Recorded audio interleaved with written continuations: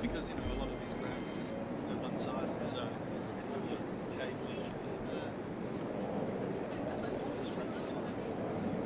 it's actually, even though you're right, there's a marketing exercise that's tremendous value.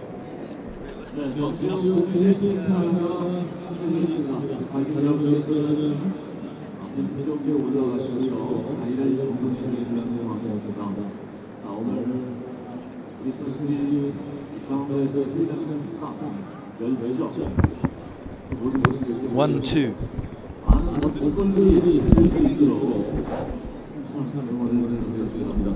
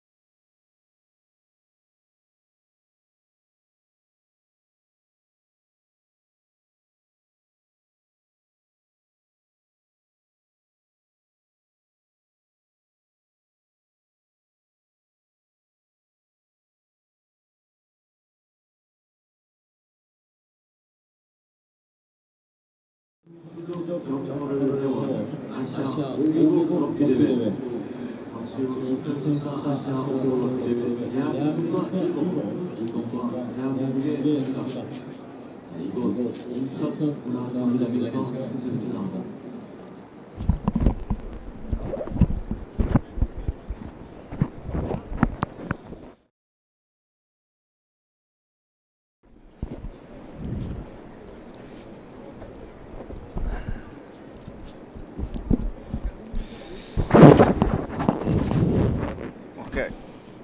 Nice, very professional. I finally get to emulate Bill McLaren. Bill McLaren. A rampaging rhino.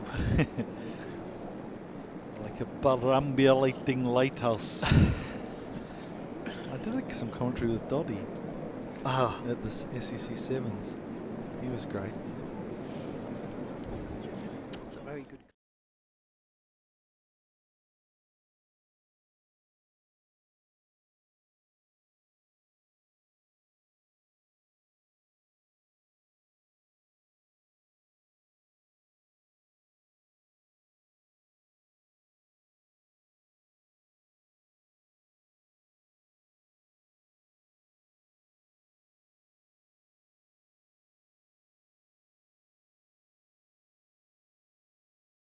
Nice day for it though.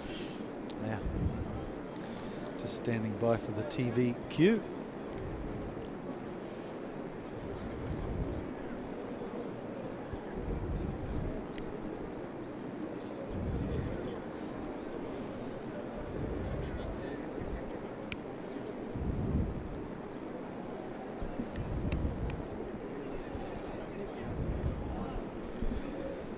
Hello and welcome, Anaseo as they say in Korea. It's a round 4 clash in the AFU Asian Five Nations, a game between the hosts Korea and the 6-time champions Japan. Beautiful afternoon here in the Seoul area in Korea. 24, 25 degrees, light zephyr blowing across the ground. superb conditions underfoot as well for this game, which should be a cracker. With me, I have Japanese Rugby Authority and journalist for Kyoto News, Rich Freeman. Good afternoon, Rich. You've seen the first two Japanese games. What are your thoughts on today's match? I think it'll be a bit of a different game for Japan today. We'll see here, they've got to win. The pressure's on them. Hong Kong are 3 from 3 with their victory last week. And of course there's a big clash at the bottom of the table today, Philippines and Sri Lanka. We interrupted you, Rich. Tell us. I think it's a different game for Japan today. They haven't really been tested. Obviously playing Sri Lanka and the Philippines, they'll be up against a much bigger side as well. So it will be a good test for Eddie Jones, obviously ahead of what should be the clinching game next weekend.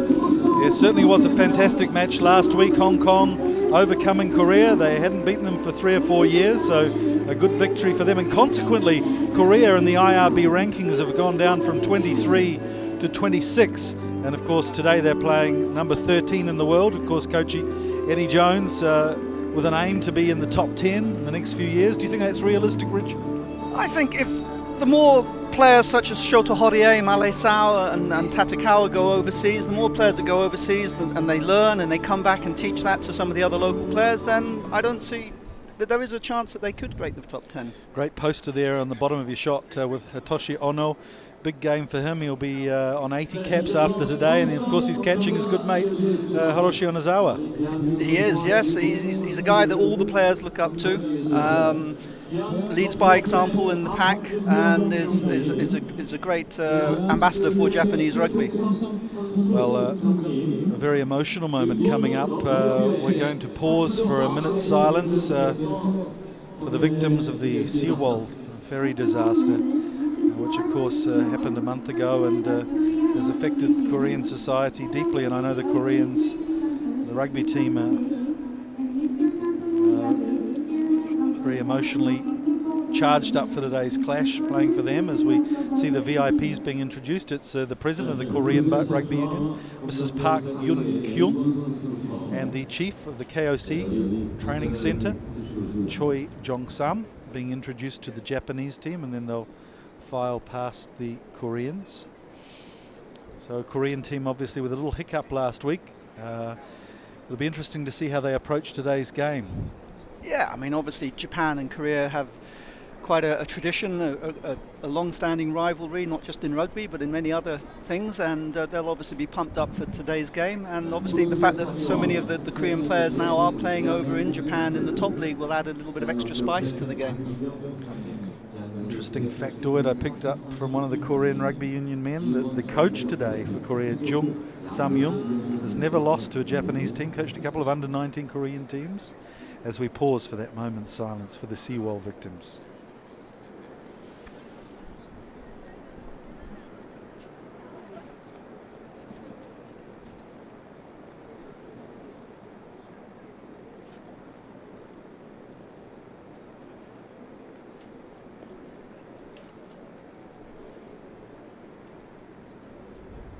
네, 그럼 먼저 양국의 국가협회 앞에서 얼마 전 발생한 세월호 사건에 대해 조의를 표하는 의미에서 전체 묵념이 있겠습니다. 대국민 박인 여러분께서는 자리에서 일어나 주시기 바랍니다.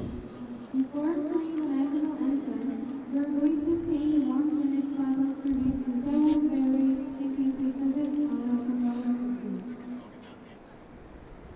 일동 국영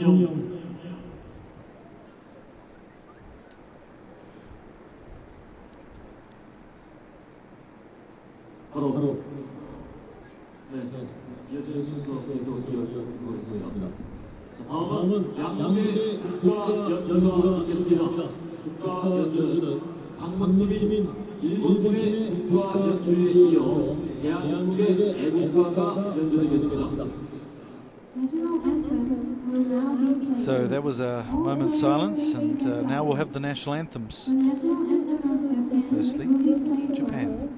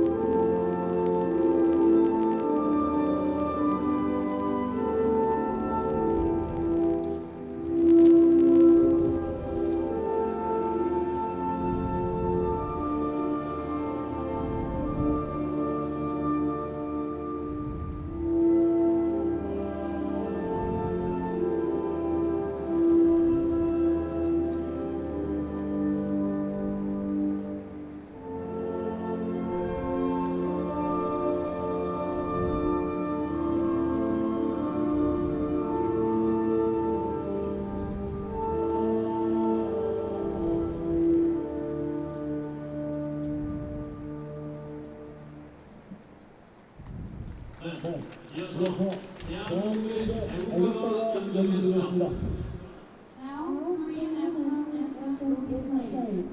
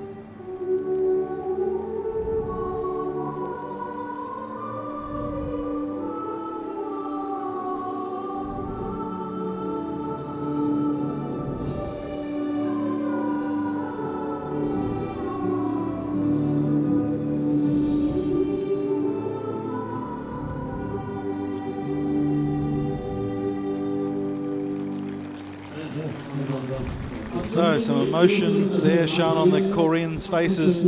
Always a big match for them against the Japanese, that's for sure. And well, they're up against it today, that's for sure, with one loss, and they'll need to win today to keep their chances of Rugby World Cup qualification. So we're taking a look at the teams before kickoff. Korea, well, they've had a couple of injury-enforced changes. Sadly, in the pack last week, they lost experienced number 8 Lee Gwong-moon with a broken arm. He's going to be replaced by open side flanker Kim Hyung-soo. So it gives the pack a mobile look, but they'll probably miss the explosive power of Lee. In the backs, Kim Won-young is replaced by standout substitute from last week's loss, Jang Seong-min, who starts at fullback. Jeong Young-sik, who started at fullback last week, goes to the wing. And Japan, well, they've made a few changes as well. Interesting to see them train. Very intense captain's run yesterday. They're bolstered by the arrival of 3 of their Super Rugby stars. Malay Sao and Haramichi Tatekawa pair up in the centres. Melbourne Rebel Shota Horie slots in at hooker, and at blindside flanker the bruising Justin Ives comes in for Hendricks Tui, who's sadly had to go home for some personal reasons. And on the substitutes bench, a fresh-faced bunch for Korea. Japanese hooker Takeshi Kitsu is on 4 tries for the tournament this year. He'll be aching to add to that. Watch out for Matsushino Kotaro on the wing. He was with the Sharks Academy in South Africa for 3 seasons. So some interesting faces on the bench. There's the Korean coach, Jung Samyong, as I mentioned. Coached a couple of Korean under-19 teams to victories over the years. Never lost, never coached a Korean team to a loss against Japan. And there he is, the wily old figure of Eddie Jones, the Japanese head coach, ex-Australian Brumby. Today's match will be officiated by 3 Hong Kong officials, led by Toby Lothian. Talking of wily experienced campaigners, he'll be assisted on the bench by Warren Needham and Dowie Rollins. Mike Rehu and Rich Freeman with you, just anticipating the kickoff for this 4th round clash of the AFU Asian Five Nations. The champions, Japan, never been defeated in an Asian Five Nations clash against Korea. It's Oh Young-hyung there, fly half, he'll kick off. Korea in the blue, playing left to right. Japan in the red, right to left. Goes to the 22, Holani takes it nicely. Crunching defence on him by the Koreans, starting well. Number of runners there for Japan. It's captain Michael Leach who gets his hands on the ball. Tamura out to Sao, and Goromaru's in the line. Crashes his way over the 10-metre line. Fast ball for Hawassa. Tamura. And sadly Ives leaves it behind, but we have offside play. In fact, a head-eye tackle by the Koreans. So referee Lothian giving Japan the chance to pump for touch. A good heady start there from Japan. Yeah, and I think they're showing the intent that they're going to run the ball as much as they can, obviously straight from the inside their own 22, looking to run it wide and use the pace that they have outside. Goromaru, the steady figure at the back for Japan, and he's only 13 points away from the Japanese scoring record. It is held at the moment by Keiji Hirose on 422. So 13 points well within his grasp today. Ives, the line-out expert in the middle of the line-out. Beautiful two-handed take forcing Korea to hold back on the 10-metre line, and away goes Halani. Good probing start here for Japan. Tamura gets it inside to Sao. Good strong tackle though by the prop, Daniel Shin. Starting debut today for Korea. They go blind, and it's Ives who puts his head down, smashes into the Korean defence. 15 metres out. Again, another cluster of runners. This is a hallmark of Japanese play. Always options left and right. Leach. That's good defence from Korea though. This time it's Makabe. Again, there's no way through on the tight regions around the ruck. Tamura with a bit of a screen there from Horie. Sao struggles forward though. Just breaking over the advantage line now. Relentless stuff from Japan, but I tell you what, the Koreans really up for this game. You can tell with the intensity of the defence. Fujita, lovely slip pass. Oh, and Horie was outside. Another advantage has been played by referee Lothian, and he's got Korea for not releasing the ball carrier. So this is a very good start. We just saw here Sao couldn't slip the ball to Horie, who was ready to show his running wares on the outside. 2 Melbourne Rebels on the outside there, just a little breakdown in communication with the pass. So 5 metres out, and you'll expect some sort of rolling maul here, you'd imagine, after the first line out. Goes to Ives again. Carbon copy. The Koreans trying to drag it down there through Park Soon Chai. They're only 2 metres away from the line now. Korea busts through them all, but they hold their shape, the Japanese. They've got it at the back here too. It could be Ono.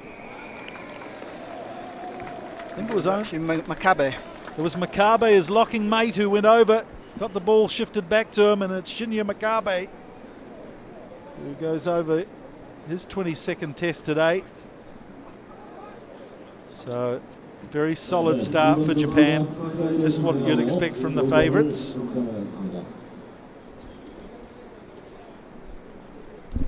일본의 5번 신야 프라이드를 성공하여 5점을 Yeah, textbook stuff. I mean, Japan have worked very hard on their lineouts, on their set plays, and as you said, the rolling wall was always on, well controlled by Shota Horie at the back at first, and then Makabe came in and used his bulk to go over the line. There's Ayumu Goromaru, who's had a bit of a field day in the first 2 games, beating the Philippines 99-10, Sri Lanka 132-10. He's got 68 points in 2 games, so this will be his 70th point in about 163 minutes of rugby. Not a bad rate. He's pushed it wide. Yeah, he slipped it wide there, so it's an unusual win. Just looking at the flags, could be swirling. So 5-0 the score. Goromaru is one of those kickers that actually has a fairly unusual run-up in that it changes often depending on the angle of the kick and the length of the kick. And he's one of those guys that once he gets into the zone, he converts most of his kicks. But every now and again, he'll have a day where he'll miss a couple. And Oh Yun-hyun restarts, and again it's down to Halani. He's very solid with the ball in hand. But again, solid defence from the Koreans. They really love to get their hands on the ball. That was an incredible tackle there from Kim Gwon-sik, the captain, leading from the front. Smashing Makabe there for his troubles. So here's Korea with their ball in their hands for the first time. Jung, who puts up a nice towering punt, a bit long perhaps, so Fujita at the back marks it. In fact, it's Hawasa covering, and out to Goromaru, of course, has a very powerful punt on him. And that goes at least 50 metres down the field. Good relieving there of the pressure from Goromaru. So we see some mixed numbers in the crowd, lots of Japanese support here as well. Lots of people making their way from Japan to come to this game, follow the fortunes of the Brave Blossoms.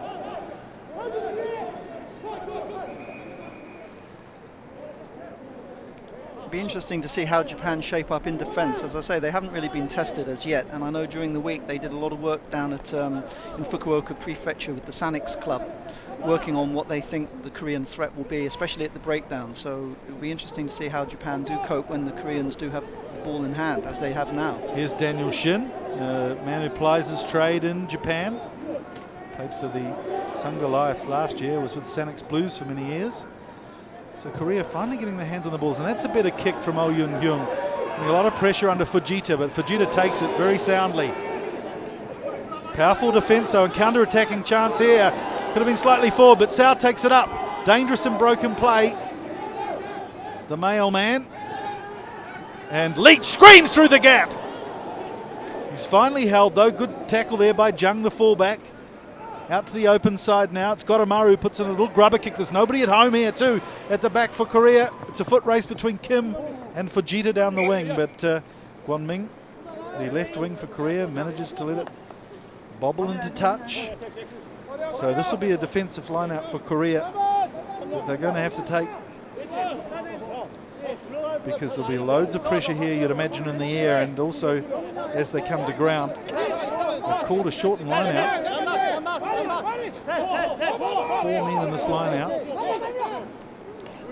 Mr. Park. Not straight. So succumbing to the pressure there. Young Yoon Hyun, the halfback, looks a bit perplexed, but Japan have called a scrum here.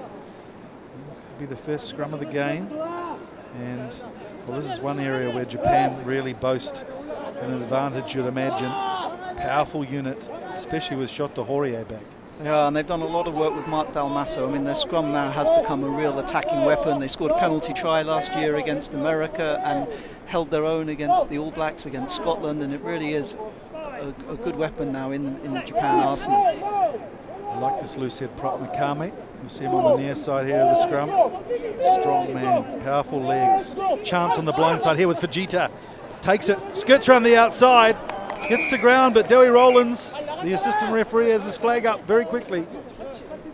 Fujita's debating the fact, but Rowlands was in a great position there to rule that he'd gone into touch. So a good move there from Japan, strong scrum, screwing the Korean cover defence away from the ball too. So in fact it's a penalty here at scrum time. No advantage for Japan, so they're going to scrum it again. Well, of course, the Koreans, they're renowned for their scrumming prowess too, and they've got a couple of guys who ply their trade in Japan. Kim Gwon-shik, just see them going down here on the tight head side through Daniel Shin, a Korean who went to school, emigrated with his family to Christchurch in New Zealand, went to the famous rugby player factory of Christchurch Boys High School. Now there's a second shove, and it's Holani who smashes his way across. Surely a try, indeed it is. Ryo Holani with his 7th try in Asian Five Nations rugby. And very basic, simple stuff from Japan for the first 10 minutes of this game, but extremely effective. Yeah, I think they just want to lay down a platform early on with the forwards, make sure that they laid the foundations for the win, and then probably look to go wide later on. But you know, as we saw just then, the Japan scrum is very good. Holani's obviously a big number 8, and at the end of the day, it was a pretty simple try. He's been around for a while now, Holani. 30th test for Japan. Interesting story about Holani. When he first turned up in Japan at high school, he was asked, "What do you play?" And he sort of looked and said, "Trombone." And they were like, "Well, what about rugby?" And he hadn't actually played rugby until he arrived in Japan. And it just shows that, you know, people talk about the number of foreigners in Japan, but here's a guy that's lived half his life now in Japan and has learnt all his rugby over there. Goromaru with his 2nd shot of the day. Let's see if the rangefinder's any better. No, he's 0 from 2, so that'll be a cause for concern, slight concern from Eddie Jones, always after perfection. I hear it caused much mirth when he went back to his village in Tonga as well. The trombone player came home and was a Japanese national rugby player. He was. I mean, when he was first approached by Japan, he was torn about playing for Tonga or Japan, and eventually obviously decided to play for the country that he now calls his home. And as I say, he's lived there now 15 years, 16 years, so, and is a very good Japanese speaker. So 2 unconverted tries in the first 10 minutes for Japan. The defence from Korea has been ferocious, but I'd imagine they'll have to score in the next few minutes to still be in this game. thing closing this Japanese attack down, but it's another trying to pierce their defence as well, as Goromaru's called on again too. Oh, and the Koreans just a bit keen. It's Kim Gwon-sik, the captain, who's been penalised for a shoulder charge on Hwasa. So just trying to mix things up a little bit, the Koreans. You can understand why they want to take this aggressive approach, but now they're 3-0 penalties down. So I think referee is on the lookout for that sort of thing as well. The Koreans, that's the only way they're going to stay in the game, is obviously to try and mix it up. I mean, Kim yesterday was saying, the Korean captain was saying yesterday, he was asked what he was looking out to do, and he said, I want to get the number 10 because he's a club mate of his at NEC.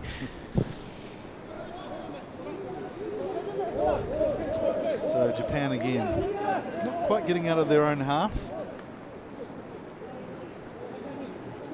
Don't forget there's another Asian Five Nations game on today, Philippines and Sri Lanka in Colombo. If you're in the area, get down and watch that game at the beautiful racecourse ground. Should be an interesting clash. And good luck to both teams. Hwasa, a nice little pop pass. Skirts the defence and goes blindside. Here's Ives. Hwasa again quickly to the breakdown. Oh no, with his first carry of the day, the grizzled veteran. Hwasa. It's Tatakawa who went into first receiver, and there's width there again for Sao, but he decides to cut inside and take on the defence. Here's Fujita off his wing, gives it to Yamada. Nice play and quick turnaround for the Japanese Leach. The defence very good though, up in the face of the Japanese here. They're retaining their shape and composure, although Yamada this time fractures the defence. Poirier with a quick pass, but it goes to Kim Jong-min, who pops the ball out to Park Soon-chai. He's isolated now, and Leach pops in there as the tackler. Turns it over very quickly, 10 metres out. But it's a penalty for Korea. And I tell you what, that break from Fujita and Yamada, they played well, but the Korean defence does look good, doesn't it? Very strong. It does look good, yes. Yeah, they covered it well. I mean, Fujita did well coming off his wing to feed Yamada. I mean, that's something that Eddie Jones obviously is looking for his wings to do, is to be involved a lot more rather than just staying out on the flank. And talking to the trainers yesterday for Japan, Fujita is one of the men who runs the most kilometres during a game, and you can just see from the first opening stanza that he pops up all over the place. He's 7 or 8 kilometres a game at some pretty sharp pace as well. So yeah, it really is a guy who works hard, and as a young player, that's great to see. Interesting thing about Yamada was last year he actually played a bit of American football in addition to playing with Panasonic Wild Knights, and every now and again you can see some of the skills he learnt from American football with his footwork in evading a tackle. I believe he was a kick returner, is that right? I think he was, yeah. So the companies like Panasonic, they play American football as well? They do. He was actually playing for a slightly different company, but probably within the Panasonic network, as it were. But, I think this year he's put his football career on hold and is concentrating on his rugby and his modelling. Yang Yun-hyun off the ruck. Now here's Kim Gwon-sik in a bit of space. Nice ball as well to Park Soon-chai. Finally the Koreans give the crowd something to get excited about. Here's a Kim Hyun-soo. And this is where the Japanese defence will be tested. Surely Michael Leach was not on his feet then when he took that ball. So they're playing advantage. Korea on attack again. Here's Park No-hoon.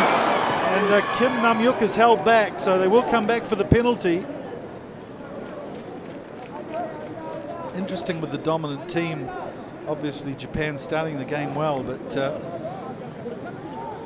glad that the referee picked up that call.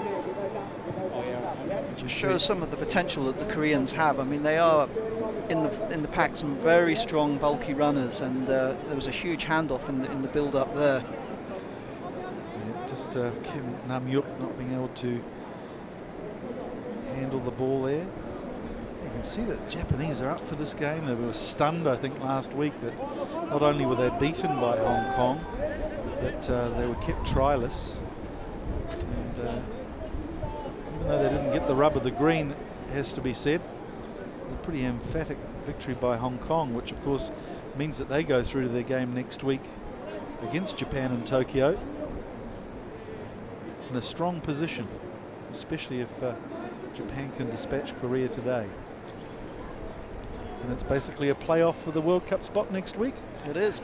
Exciting. If everything goes according to plan, and obviously the loser's still in it next week because they get to play Uruguay in the repechage. Oh Yun-hyun with his first shot of the day. Hits it nicely too. He's really caressing the ball well. Just gone to the right. That's a shame for Korea. Good to see them get some points on the board, but that last period of play was good. Just goes to show they can foot it here with Japan, and they want to put some points on the board urgently. Keep their foot on the pressure here. That's a lovely deep drop out from the 22 that goes back to Kim Gwon-min. He's gone outside the 22, so he puts it high and handsome. His teammates will have to come back. Now they're onside. Can't take the ball, but they have gone backwards. The referee decided that the players were inside the 10-metre circle there. Must be a tough call for the Korean coach this week, because obviously to keep their World Cup dreams alive, they have to get a bonus point win, which means obviously trying to play an expansive game, which is difficult to do against Japan, bearing in mind the strength of the Japan team. And so you have to think whether they would be happy with just a win, whether it be 2015 or whatever. So Japan, another attacking line out. And you'd imagine they'll be using their muscle again. Goes to the back with Leach. Nice two-handed take, and of course the basics are done in an exemplary fashion by Horia, and Horia's got his hands on the ball. One of the Koreans skirts around the outside illegally, so we're playing advantage here. Hawasa, and plenty of chances here. Good carry there from Tamura. Leach again goes over, and he's as easy as you like in the end for Captain Michael Leach, who takes his 5th try of Asian Five Nations Rugby, his 4th of the season. Looks like he's got a taste for it after his hat-trick against Sri Lanka. It was easy in the end there for Leach. Tamura showing the benefit of all the work that they've put in the gym, and with fitness coach John Pryor. I mean, big strong run from the fly half, gets over the gain line, and as you say, sets it up, and Leach strolls over for the try in the end. So this one surely will be easy for Garomaru in front of the posts. And that's a shame for Korea. Just after that last attack and the penalty shot, needed to keep their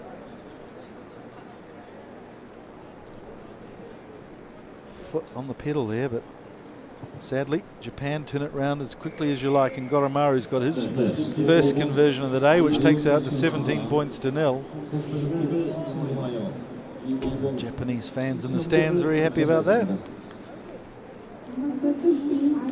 Lovely little spot here at the Munhak Stadium. It's a huge complex. Stadiums in Korea seem to pop up like mushrooms. They've got another one they're building down the road for the Asian Games in September. This one's only a dozen years old, made for the Football World Cup back in 2002. So great facility, baseball ground, football ground, athletics track, and a rugby ground. So the man on the PA urging the Korean fans to their feet. And they need all the support they can get with 17 points down after 19 minutes. Hawasa to Goromaru, who's been really used in that first receiver role inside the 22. It's Park Soon-chai. He gets it to Jung, the fullback. Not going to go out that one, so Goromaru takes it on his fingertips. Hawasa to Tamura in field. And there's counter-attacking opportunities here on the left, that's for sure. Tatekawa decides to take the contact. Reasonably quick ball for Halani. Looks like a huge wildebeest the way he charged into the Korean line. Ives slows down slightly there, and it's Ono.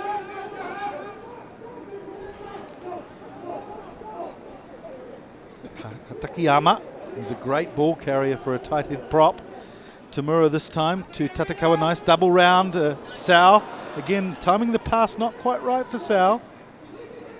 Needed quick hands, and Well, that may be one of the downsides of bringing these super players in. The timing just a little bit off there in the move. It is a little bit off. As Eddie Jones said in the build-up to the game, he said it would be difficult for the centres to fit in a little bit, just because they've come back from obviously playing a different style of rugby. Obviously Tatakawa at the Brumbies and Malay Sao at the Rebels, and so just taking their time to just get used to the pace and obviously the way that the outside runners will run off them. They're just stopping for an injury here. Justin Ives, the blindside flanker. A bit of a knock to the skull. The man from Taieri down in Otago.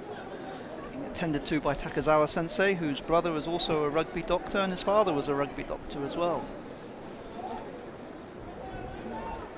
So Korea put it into this lineup, but it's disrupted by Ives, who gets to his feet miraculously and steals a line out. Malay Sao. Oh, beautiful run by Sao. Lovely footwork. He's dragged down at the 22. It's Horie this time. Oh, great run there from Horie, bumping people off at will. Number of runners here. Tamura decides to go at the back. It's again timing the pass Tatakawa. Yamada gets it on the back foot, but shows some good explosive acceleration to bust through the gap. And this time it's Mikami who drops the ball, but again, Korea just a bit too keen off the back foot of the ruck. Offside. So The whole move started with a steal at the line out and then a tremendous pass by Horie, diving pass. Sort of Gareth Edwards-like, shows why he's such a highly rated hooker. yeah, very multi-skilled. So Goromaru's decided that he wants a shot at goal. Good to get his confidence back. Calling for the kicking tee, a bit of a delay here. The Japanese setup has thousands of support staff, but nobody to carry the kicking tee at this stage.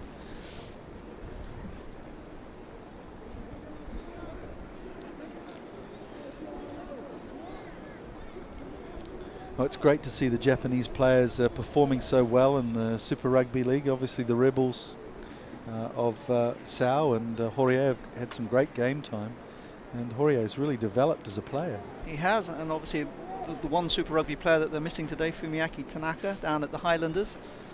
You know, it's one of those things that I think the more Japanese players that go overseas and get the experience, it just rubs off on all the players in the national squad.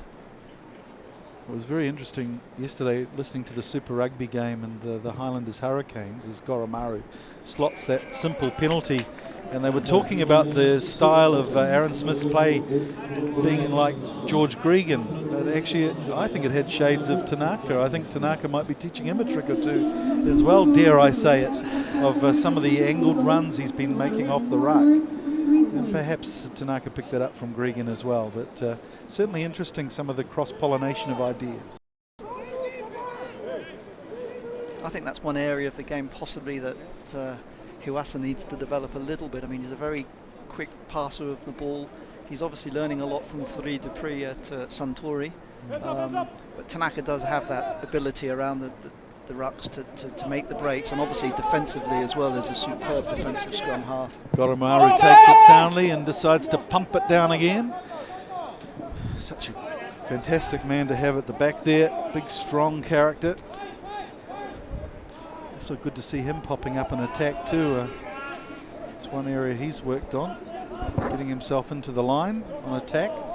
So let's see if the Koreans can work this line out throw to their advantage. That's one thing they've lost with Lee Kwong Moon as well, a line-out option. Goes to the middle, Kim Ho Bum, but he can't control. Slightly not straight from Kim Jeep, the new hooker. It's a couple now for him, the man from the Army Club, Kim Jeep, who certainly is a great young prospect, that's for sure, 23 years old. Just out of university, so still a lot to learn in his rugby education. But just some small lost chances here, and if Korea and Hong Kong are going to compete with Japan, they've got to make the most of every opportunity, and every time they strike off one of these chances in the Japanese half, it's another little paper cut. Hiwasa, nice strong scrum from Japan, second shove again, really taking Korea by surprise there. So it's Yamada again off his wing. You're right, some lovely powerful footwork from Yamada. dragging an extra 5 meters. Tatekawa out to Goromaru's in the line for Jita, screaming down the right touch. More action in midfield with Leach. He's become a real ball running option. Really athletic player, Michael Leach. Looking now to go left through Toshi Ono. In fact, it goes to Horie. Ono's there over the top of him in support. Hawasa again. Nice pass over the top to Halani. But it's a sound defence and a good defensive rucking there from Korea. That was great work and good decision there from Jung, the fullback, to go in and aid his teammates over the top of the ball. So not enough numbers there for Japan at the breakdown. Lots of running options on the outside, but just not adding enough men to the breakdown.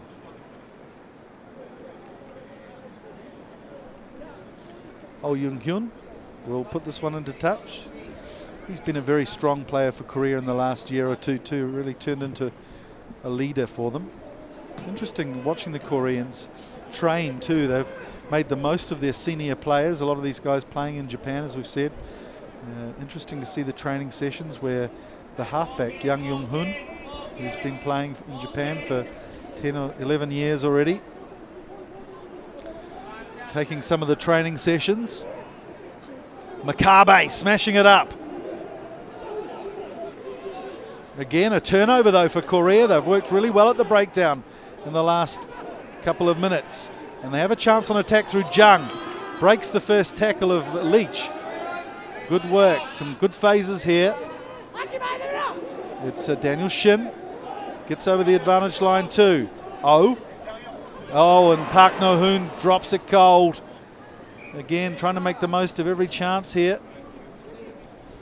They need to string together these phases and make the most of their opportunities. And again, we saw it just 5 or 6 minutes ago. One of the centres, Kim Nam-wook, dropped the ball. This time it was his teammate under no pressure, Park No-hoon. We talked earlier about how the Super Rugby players obviously bring back many new ideas from Super Rugby, and it works with the Koreans as well. The fact that they're playing in the top league, they're getting very good coaching from some of the top overseas coaches in the top league, and they're bringing back some of those ideas to Korean rugby, which can only really help. Again, it might be just sometimes a clash of styles too, with the domestic style meeting the overseas style. Not easy to mesh them in sometimes. It's free kick to Korea. Japan just taking their eye off the ball in the last few minutes. Korea starting to get back into this game with just over 10 minutes left before half time. There's the captain, Kim Gwan-sik, who is playing under an injury cloud. There he goes though, you wouldn't know it. Damaged meniscus, or it'll be operated on after today most probably. Park Sun-chae to Oh Yoon-hyun, inside run from Kim Nam-wook. Finally the cavalry arrives, but it's slow ball here for Korea. So Kim Hyun-soo takes it away from the ruck. Young, the halfback. Oh, the fly half. No way through there though. It's a busy midfield. Park No-hoon this time takes the ball and uses his bulky figure to good effect. Smashing aside Ono. And this is where the Japanese defensive training during the week will come in handy. Talking to each other well, communicating. So Korea decide to put a grubber kick through. Goromaru to Hawasa to Fujita. Boy, he's got some pace, hasn't he? On the outside, it's Male Sao, the mailman, is on the run. Gets inside the 22 too. The defence was slow to close him down, but he's gone out, 20 metres out. The cover defence a bit slow to come across there though, but good ball movement from Japan. You have to question really the Korean option to kick there, because obviously Japan are very good on the counter-attack. They have pace, and it seemed better for the Koreans probably to keep the ball in hand, use their powerful forwards, because they're competing well at the breakdown. They're holding on to the ball, and that would seem to be the best option for them. Yeah, you just have to be patient in some cases and not worry that you might not be making much ground, but just keep the ball in hand, especially against this team, Japan.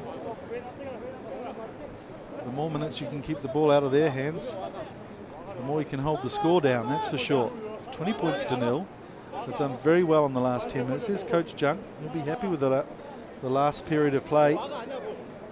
Japan scoring 3 tries in quick succession in the first 15 minutes of the game, but then Korea busting back. And this is where it's been the last few years. Korea having some great periods of play, but not being able to string together a whole match. And this is where it all started, Rich. It was 7 years ago at the Munhak Stadium, and what a game we had that day. Japan with a big halftime lead, but Korea storming back, and some of the great tries of Asian Five Nations rugby were scored on that day by Kim Young-nam and Kim Samsung.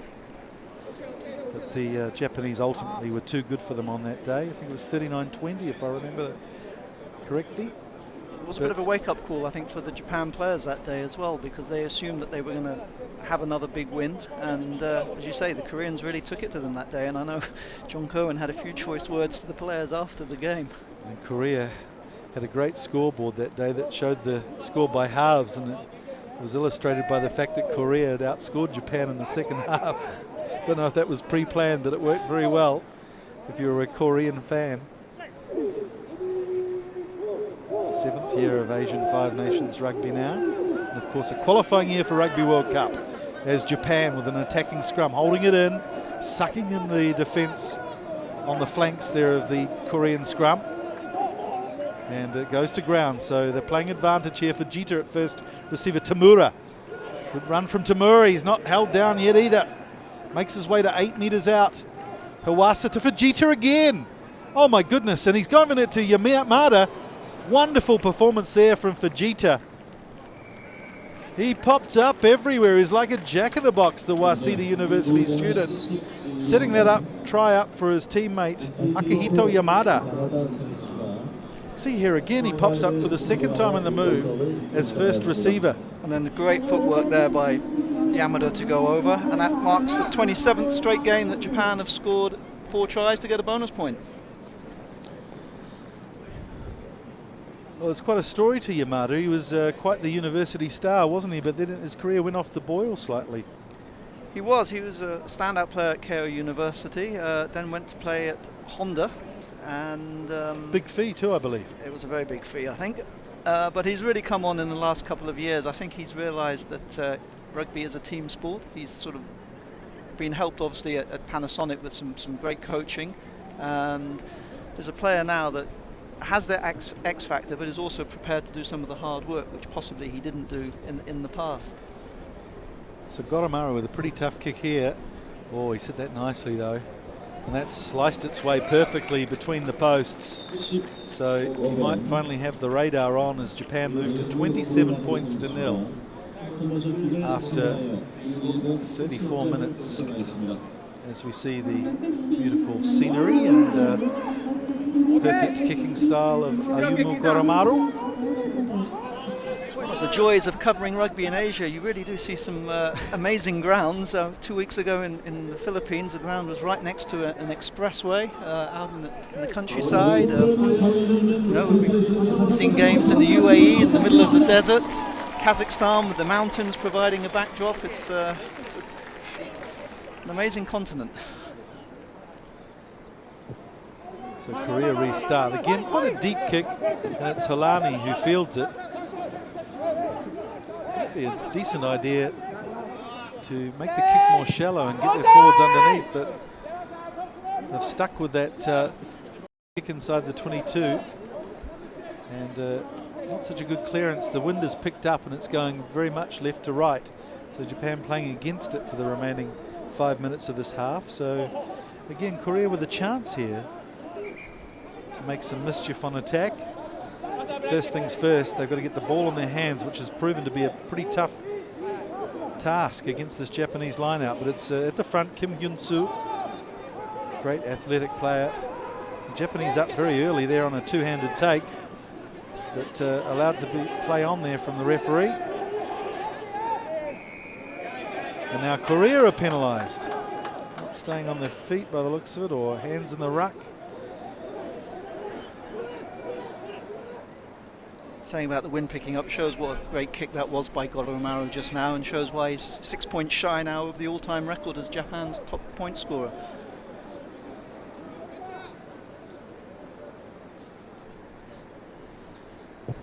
It's another pump to touch. And it's right on the 22 here for Japan. I'm sure Hong Kong will be watching this game with much interest with their trip to Tokyo next week. Big task to come to Japan and take a victory away, that's for sure. Even Wales find it difficult as Yamada again gets fed a lovely pass. He might have... No, the assistant referee hasn't got his flag in touch, so I'm sure there'll be a little bit of a discussion here with Warren Needham and Toby Lothian.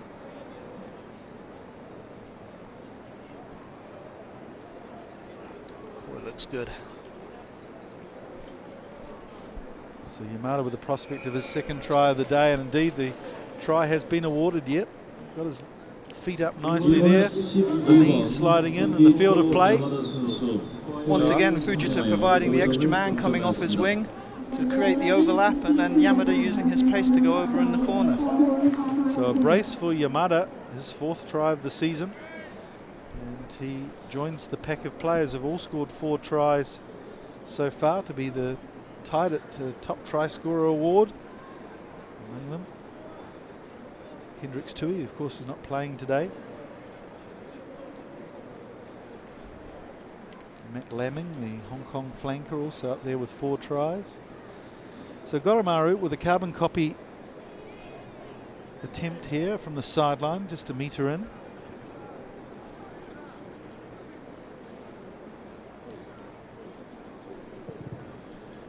And looks good against the wind, slightly left to right, but over it goes. Well, he certainly remedied whatever was worrying him in the first 10 minutes of this game. There's the Japanese fans there in attendance. Didn't wear the jerseys to the ground, Rich. Saw them come in mufti. I saw a couple on the train who were wearing them, but yes, a few were in disguise. Surely they'd be warmly welcomed by all Korean citizens. Possibly. So 2 minutes to go till half time, 34 points to 0. Let's see if they try something different on the kickoff here. Yes, a little shallower, goes into Ono, who's underneath it, but misses it. And again Fujita, just showing what wonderful form he's in. Playing really like an experienced veteran as Leach gets those knees pumping. Numbers here on the blind side too. It's Tamura to Goromaru, who slides through a gap made by Horie, running a little dummy run. Horie is rewarded with the ball, and Hawasa takes it on the front foot.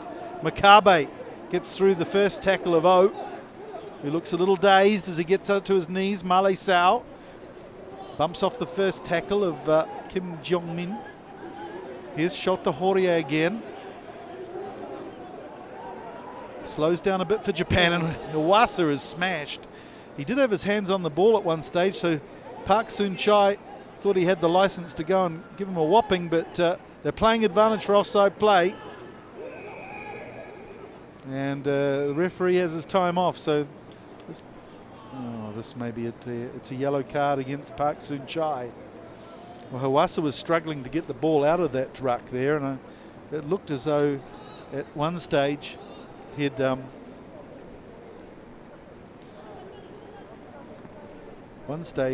he was had his hands on the ball, so maybe a little unfortunate there, Park Soon-chai, as we see it there. That's the ruck earlier. This could be the ruck coming on. No, it was a little later than that. Well, the referee's made his decision, so sadly Korea 1 man down for 10 minutes. You would Park think as well with Soon-chai. the forward down they'll go for the driving maul here, but not straight. Well, that's maybe a little justice there, I think. Like to pump for the underdog, but always tough when you're under the cosh defensively. Interesting to see if Korea actually put it back into the pack now for this scrum, because obviously the Japan scrum is very strong, and betting man might have some money on a tight head here. It looks as though they're going to leave the blindside flanker position vacant, so some tough work here for Shin Won-dong. The tight head prop is Park Soon-chai, playing his rugby now with NTT Docomo, was it Suntory for a season or two, and used to play his rugby at the POSCO club here in Seoul.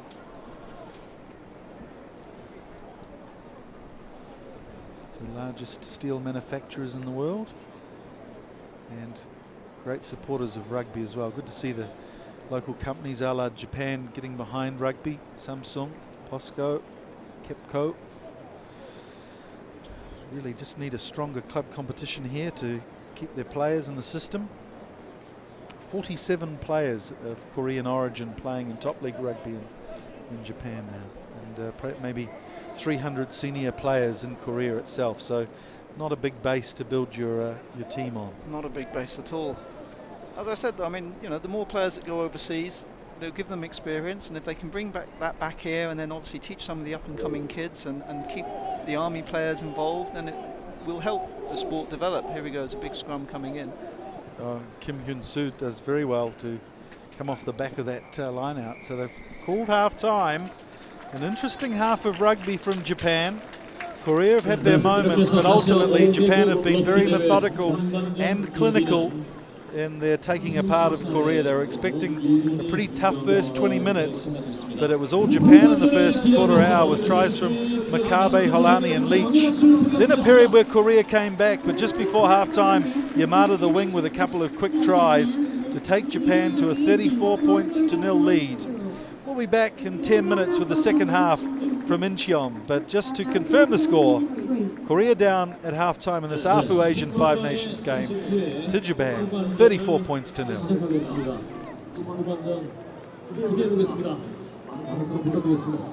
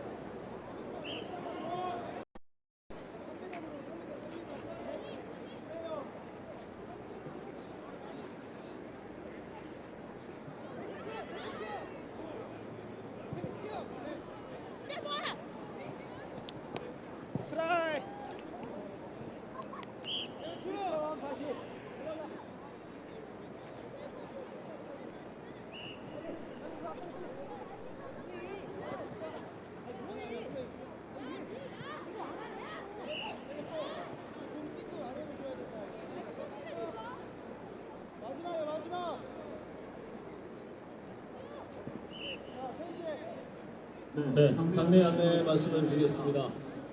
자, 잠시 후 후반전 경기가 시작될 예정이고요. 네, 경기가 진행되고 있으니까요. 우리 관중 여러분께서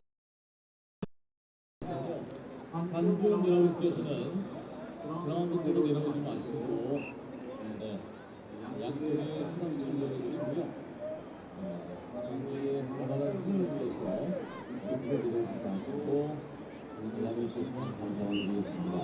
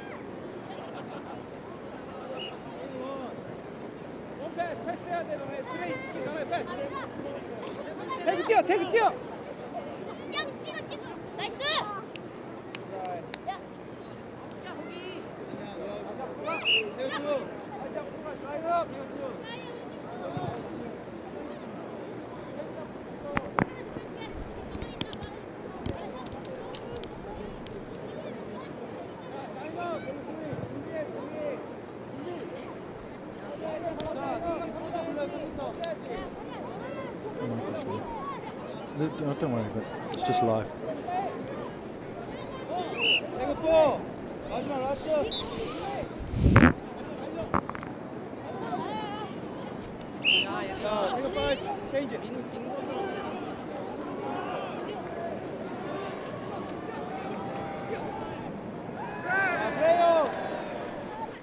Welcome back to the Incheon Munhak Stadium. Here are the highlights of the first half.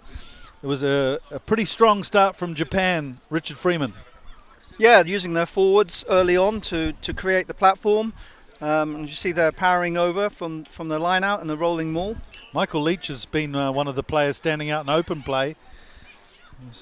Saw him here just shrugging off the tackles and going in for a try. So it was 3 unconverted tries, but then Goromaru getting his kicking boots on. And some lovely play here from Fujita, who really has been one of the standout players of the first half. Not in a traditional wing role, more just popping up everywhere in midfield and using his lovely balanced running style and distributing style to good effect. Here he is again off his wing, feeding Yamada, going in for his second try. It was a close thing, but certainly was a try. 5 tries in the first half, 34 points to 0. And just taking a look at the stats, Rich, what stands out to you? I think obviously the top one, the tackles. Japan only having to make 17 tackles just shows how much they've controlled the possession. Korea finding it difficult to get their own line-out ball. That's yes, and looking at the kicks as well. I mean, bearing in mind that losing the ball in contact, Korea seemed to be kicking, a little bit too much possibly. Well, it's quite a long walk to the changing rooms here at the Munhak Stadium, so we may have a couple of minutes on our hands to chat. So, just looking ahead for next week, as we see the Koreans filing out. Hong Kong versus Japan. Do you think Hong Kong possibly have a chance going to Tokyo? They'll have a chance if they play like they did last year, which could make for an interesting game and probably a pretty difficult game to officiate, because last year obviously Hong Kong decided to slow the Japan ball down as much as possible. It frustrated the Japanese team. And that's obviously one area I think that they will look at repeating next week. It's going to be a big occasion. It's the last game ever at the National Stadium before it's demolished for the new stadium that will be built in time for the 2019 World Cup, and then will also be the centrepiece of the 2020 Olympics in Tokyo. So they're expecting a big crowd. The World Cup will also be in attendance as it starts its tour, worldwide tour ahead of next year's tournament. A lot of dignitaries. and quite a few older Japanese players. The intensity in defence, but pretty tough road back for them. It will be, and I think Japan will also be looking at trying to lay down a marker for next week. They won't want to concede any points. They certainly won't want to concede any tries, and they'll want to build a big score up so that they can go into next week's game full of confidence. Coach Jung Sam-young, an ex-flanker himself at the Yonsei University, and coached Samsung for many years. Don't seem to be any changes at half-time. Just scanning my eye across, Ives is still on after his knock, and it's Tamura who restarts play in the second half. A shallow kick that we didn't see from the Koreans in the first half. So Korea, their chance with the ball first up. Pass to Park No-hoon, who gives it the little Sonny Bill Williams, but goes awry. And now they're left with a defensive scrum on the 22 with a big blindside here for Japan. So not the best of starts for Korea. A man down as well in the pack still as well, so that blindside becomes even bigger. And Japan, well, they've been very strong in the scrum and screwing it to good effect a couple of times, just pulling the Korean defence away from the ball. And you'd imagine here too they'll try to bring the loose head up, push Korea, screw Korea into the infield. See there, halfback Young just alerting the young winger Jeong that he's probably going to get some traffic down his side of the field. Young making it difficult for Hawasa, but good pressure on for an offensive scrum here for Japan. Ball skirts out though, and Halani struggles to pick it up cleanly, but it's away this time to Tamura. Tatekawa, such a strong player with the ball in hand. Leaves it behind though. Knock on, so we're coming back for some advantage. Probably a scrum penalty. It's Yamada again who popped up in midfield, screaming for the ball from Tatekawa. I think Japan will probably go for the scrum option here. See it there, just a few players releasing the grip off the scrum. Not bound, so see Yamada again. He's certainly both wings proving to be very dangerous off their wings. Adds another dimension when you're so busy. Shows the depth Japan have at wing as well, because you've got a player like Kenki Fukuoka who's still out injured but is expected back in the next couple of weeks. A great young talent. And it's one area Japan have over the years always produced some exceptional players. Daisuke Ohata obviously being one. Yeah, Mr. Onozawa, of course, the holder of the most test caps still for another week. So he'll be equalled next week by Hitoshi Ono, all going well fitness-wise, I'm sure. Oh, again, another penalty against Korea for popping the scrum up. Here's Halani, who sees the try line, and he loves the try line. Hungry for tries, the number 8 Halani, his second of the day.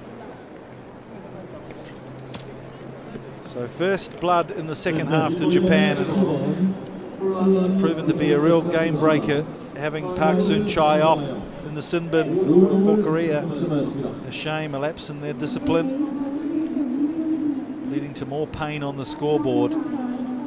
It's Ryu Holani, who has a brother playing as well. Yes, brother was a converted, he's a prop now. He was a back row forward at Kubota, but then joined his older brother at Panasonic and was involved in the Japan squad last year, and then unfortunately had a pretty serious knee injury, so he's out for a while, but like his brother, big strong runner.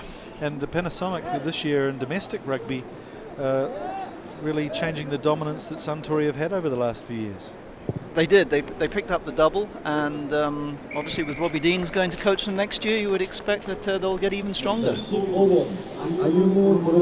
Goromaru with the conversion, 41 points to 0. It's a shame we're not seeing one of the Panasonic Wild Knights, the Korean Yu Yong Nam, who's probably one of their best performed players over the years as a Korean in Japan, not available through a broken finger. Very strong man, very tough guy. He spent I think 3 or 4 years in the South Korean military, and I know talking to the Panasonic boys, he's one of those guys they don't want to go up against even in training. I mean, he really is a great player, very athletic, can play lock or flanker. great in the air as well for the high kicks. There's a bit of kick off. There's pressure on Ono here, but takes it well. Good support from Mikami, the prop.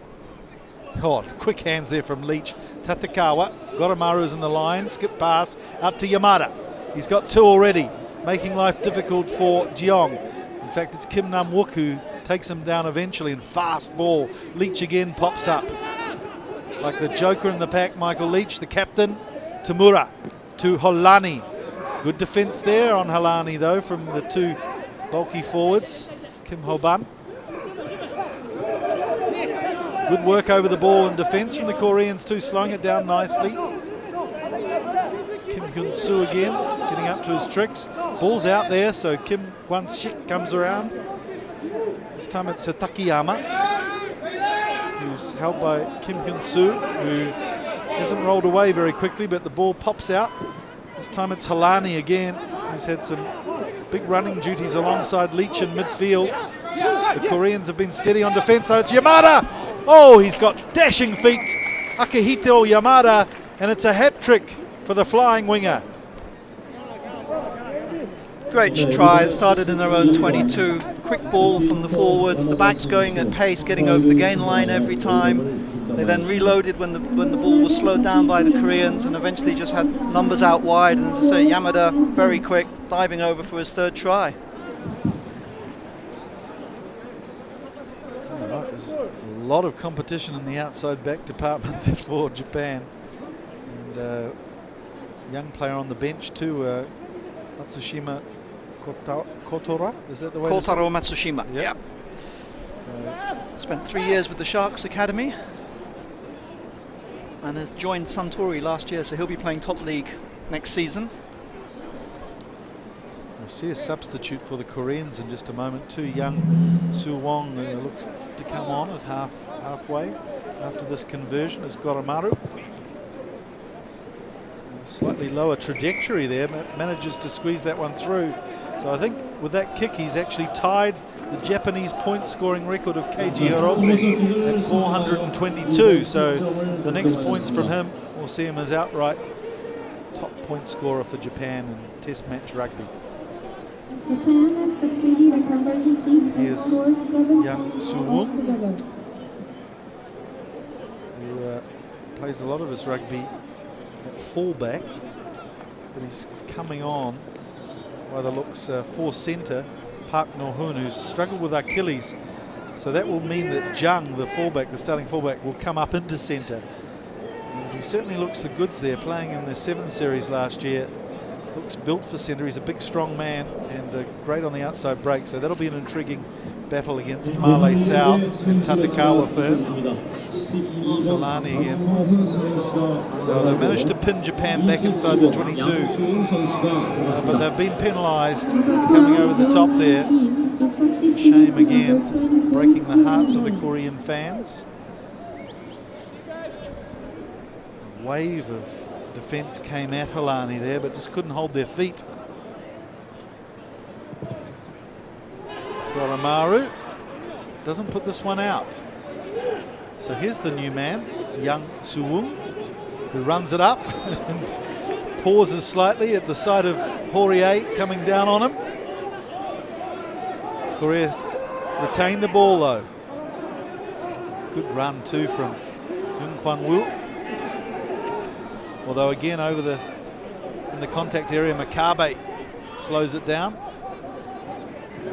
This is the winger, Kim Won-ming, who's come off his wing. Go left again, but there's a couple of players struggling. Kim Ho-bum with some sore ribs. Here's Kim Jeep, the hooker. He gets a swinging arm from Makabe. It's Oh Hyun Hyung. Well, they're stringing some phases together here. That ball pops forward from Kim Jeep, so playing advantage. Some quick ball squirting out the back for Goromaru. And here's Tatakawa. Out to Male Sao, and Jung with his first defensive assignment on Sao does well. Drags him down. Ono with a dummy run, and it's Leach who gets the ball. Makes some ground and some advantage fast for Ives too. Pick and roll. Tamura There's a couple of forward runners. I don't know how he got through that gap, but it's Yamada again who's going to get 4. Yamada has run some lovely support lines in midfield along with Vegeta and gets a reward for being on hand. So 3rd try of the second half already after just 9.5 minutes, and that's the half century as well. Great play there by Tamura. I mean, he's one of those players that has the X factor. He's able to do things that a lot of Japanese players just aren't able to do, and great awareness, and Yamada coming off his wing again. It's looking good for Japan. Another player who's got a family connection there, Tamura, with his dad coaching at the Toyota Shoki Shuttles, Makoto, and a younger brother involved too at university level. Yeah, his dad was actually with the Japan team back in 2003, was an assistant coach from Makai-san, which is in the coaching lineup then also. So Goro for the record, and he breaks it. Top point scorer in Test rugby for Japan, Ayumu Goromaru with 424. So Park Soon-chai is back on the field, ex-captain last year, so he'll be looking to pay back his era on defence. Great achievement for Goromaru there, because Keiji Hirose was a superb place kicker. He was known as Super Boots in Japan. I think he scored 9 penalties once in a game against Tonga. So for Goromaru to break that record is a special achievement. So substitute on for Makame. Like Hiroshima was on the field. Vastly experienced loose head prop. Alani can't take the ball now, so advantage here for Korea. Chance for them if they can get this ball. Out it comes to Kim Nam-wook, who's playing probably in his best position of inside centre now. Looks a lot more comfortable there. Here's Park Soon-chai, the Sinbin man. Takes on a couple of defenders. Very shallow here, the Koreans. Daniel Shin. Now Young. Good service from the base of the ruck. Kim Hyun-soo goes to ground eventually. Play just around the 22, quite static here as it goes left to right. Yoon Kwon-woo is taken down aggressively. Here's Park Soon-chai again. He puts a bit fend on Tamura. Young to Daniel Shin again, who's come up a couple of times in ball running duties. Good fitness from the young prop. Decide to go blindside, but it's slow ball here for Korea. Young's had to give up and let one of his forwards mates come over the ball, reload it. Kim Kwong-min too coming in to lend a hand. 4 or 5 phases, but they haven't pierced the 22-metre line yet. And Japanese defence well organised. Oh, and he's given the scrum. It was a maul, says the referee. He's ruled a turnover, so again, Koreans left scratching their heads. Sound defence from the Japanese. Very strong defence by the forwards. I think that's one of the areas that they've obviously worked very hard on. As we said this week, they've been working down in Fukuoka at the Sanix Club.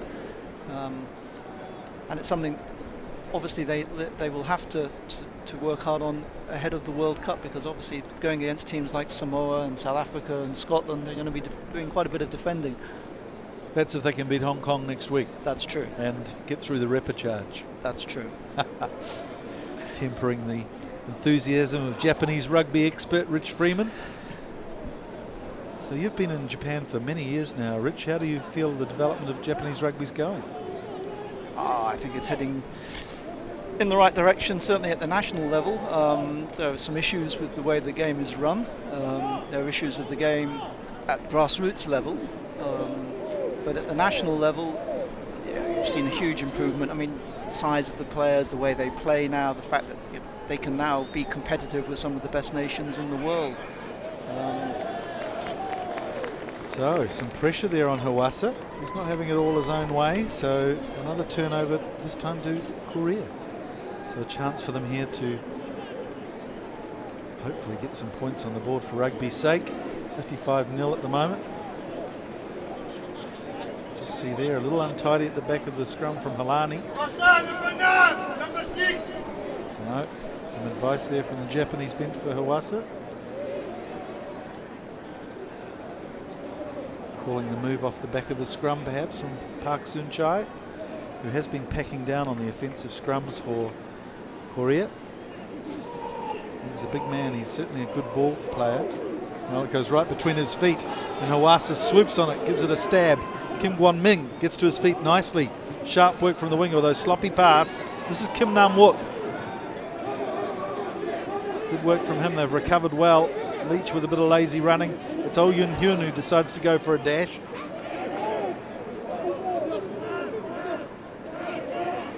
So again, just the Koreans just going a bit east-west rather than north-south here. Struggling to get through this Japanese wave of defence. Young to the new man. Young. Lacking in a bit of support there. Struggled to get the ball back, but eventually it comes to Kim Ho-bam. This time it's Kim Jet who's met with a huge tackle from Alani and Makabe, two of the beefier members of the Japanese cattle. This is for Jita. What a lovely runner he is. Slides around the outside of Kim Gwon-sik. Eventually dragged down, but pops a beautiful pass to Tatekawa. Presents it nicely to Justin Ives. Hawasa to Tamura. Out to Halani, who's dragged down 7 metres out. Again, they go left, and there's loads of people out here clamouring for a try, and it's Mr. Yamada again, who goes in for number 5. 25 points on the day for Akihito Yamada. And he's taken his try tally to the season to 7.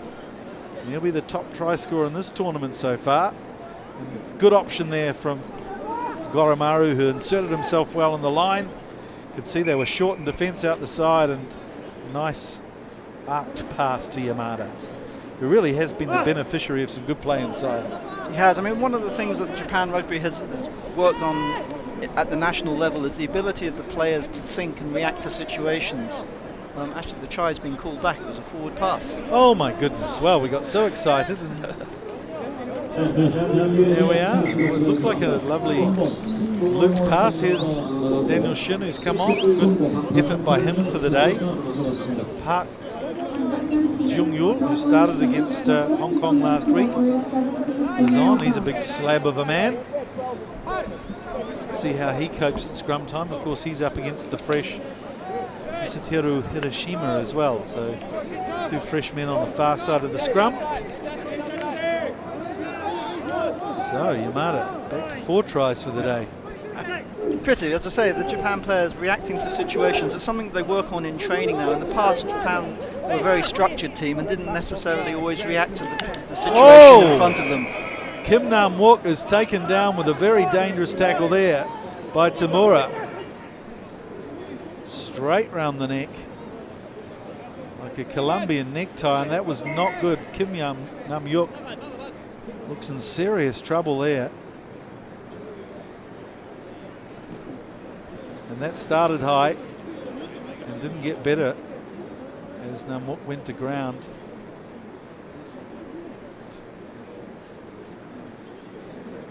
Sure, it was just a little clumsy, no malice meant by Yu Tamura, but oh, it was dangerous. Obviously we're concerned now about the neck. Obviously it was a swinging arm to look like it caught him on the cheekbone, and obviously the impact has certainly knocked him out, but I do wonder if that had been a Korean tackler on a Japanese player, whether there would have been a card brandished, as we see just there. Very sloppy work in defence from Tamura. obviously that's one of the issues with Asian rugby being slightly behind the big boys. We don't have the benefit of big screens, we don't have the chance of a TMO, but yeah, you would think maybe in another game the referee might have had another look at that. Yeah, it's a real concern here for Kim Nam-wook, who's stepped up since he's moved inside to number 12 position after Park No-hoon was replaced. I do like him there at inside centre too. He's a great straight strong runner. Eventually gets to his feet, looks a bit wobbly, but they're tough. They make him tough here in Korea, that's for sure. Tamura led off the hook there with just a penalty against him. Of course, Tamura filling the boots of Kosei Ono, who's gone back to New Zealand for personal reasons, I believe, Rich. He has. He's expected back at Suntory though for the next season, but whether he'll be involved with the national team is still up in the air. Michael Broadhurst, also another one whose family reasons is not involved with the national squad at the moment. So maybe that will spark Korea into some aggressive play here as Young waves his runners out. It's Park Soon-chai. Need faster ball though, blindside stacked here for Korea. Not much room to move though. Kim Kwon-sik, who's a willing and able runner. Again, it's slow static ball for the Koreans. They're finding it very hard around the skirts of the ruck. So offside play from Japan. Here's a penalty midfield.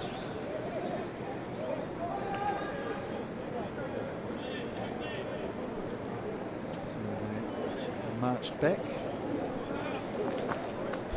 Calls from the touch judge there, I believe. Yeah. So Young, what do you do here? They may put up a high kick. In fact, they're going to just keep the ball in hand. Good option, I think, there from Park Soon-chai. Just need to make some ground here. Front foot ball's required. That's better play from Korea as the ball comes out. Kim Kwon-sik leaves it. Nice skip ball. So blindside again will be probed here for Korea. Young running a line, but Ives getting up very quickly in the face of the Koreans there. So it's a turnover. And Fujita, Tatekawa decides to go to his boot. And Yang Soo-wong had no support behind him there, so had to run with the ball, and he ran into trouble. Well, the Koreans managed to get back eventually. Bit of leeway shown there for Korea. And it's kicked out by a Japanese boot to Kim Jip. And again, pressure over the ball carrier. Just sense that the Koreans are tiring here as Kim Hyun-soo goes forward. Pretty heartbreaking stuff. They've had plenty of ball, but they're struggling to make ground against this Japanese defence. Here's Kim Nam-mok, who runs again strongly, showing no effects from that big head-high tackle moments ago. Kim Kwon-sik again manages to struggle forward. Again, the Japanese players up rather quickly on Jung.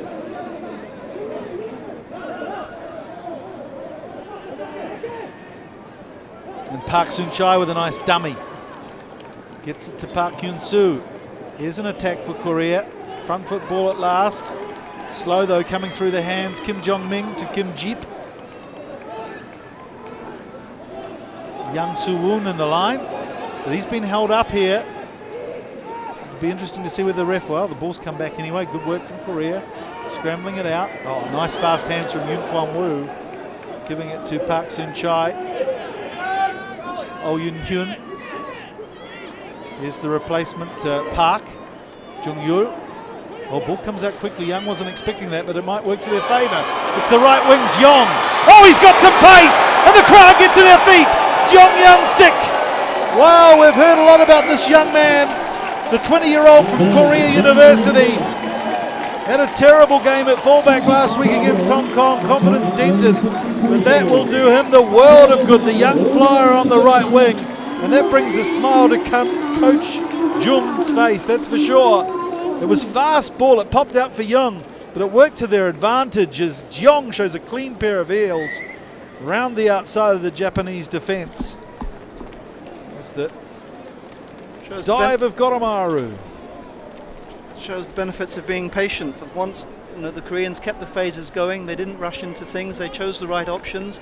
They were very patient, and they created the chance. And as I say, the wing has some pace. Went outside Goromaru and lifted the crowd up a bit. Yeah, well, they liken him to a Christian Cullen here in Korea, and you could certainly see the comparisons there as he showed a clean pair of heels. A nice swerve on him there around Goromaru on the outside. Quite perplexing last week seeing him at fullback and Kim Won-yong on the wing. So we'll see another replacement here after Oh Yoon-hyun has a go at the posts, but he's 0 from 2 and he's he thinks that one's gone through, but the assistant referees think otherwise. Score 55 points to 5 now. Just a quarter of this game left, so some good work from Korea as we see a flush of the bench here for Japan. There's something like 5 players coming on. Ito, Matsushima, Yamashita, Kizu, and Kikutani by the looks of it. Here's Hitoshi Ono, who's had another great shift at the coalface, the old warrior.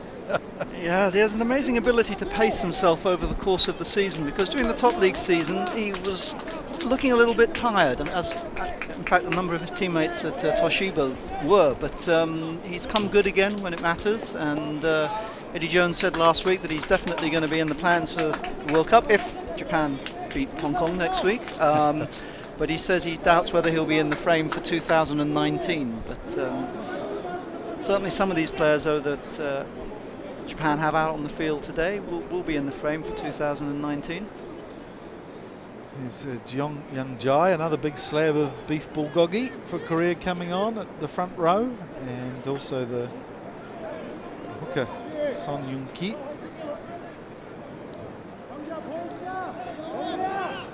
So it looks like a little bit of an injury over there on the far side for Korea. The stretch has come on for Park Young-jul, had just come on, and of course is a replacement. Young man who was thrown in the deep end when he was 18 years old about 5 years ago against Hong Kong and Japan. He's went away from the game and spent his time in the army. Now he's come back. It looks quite concerning over there. I think sadly this is one of the things that sort of highlights the gap between Japan and the rest of Asia, is the fact that the Japanese players are so much more match fit because they're used to playing higher intensity games in the top league.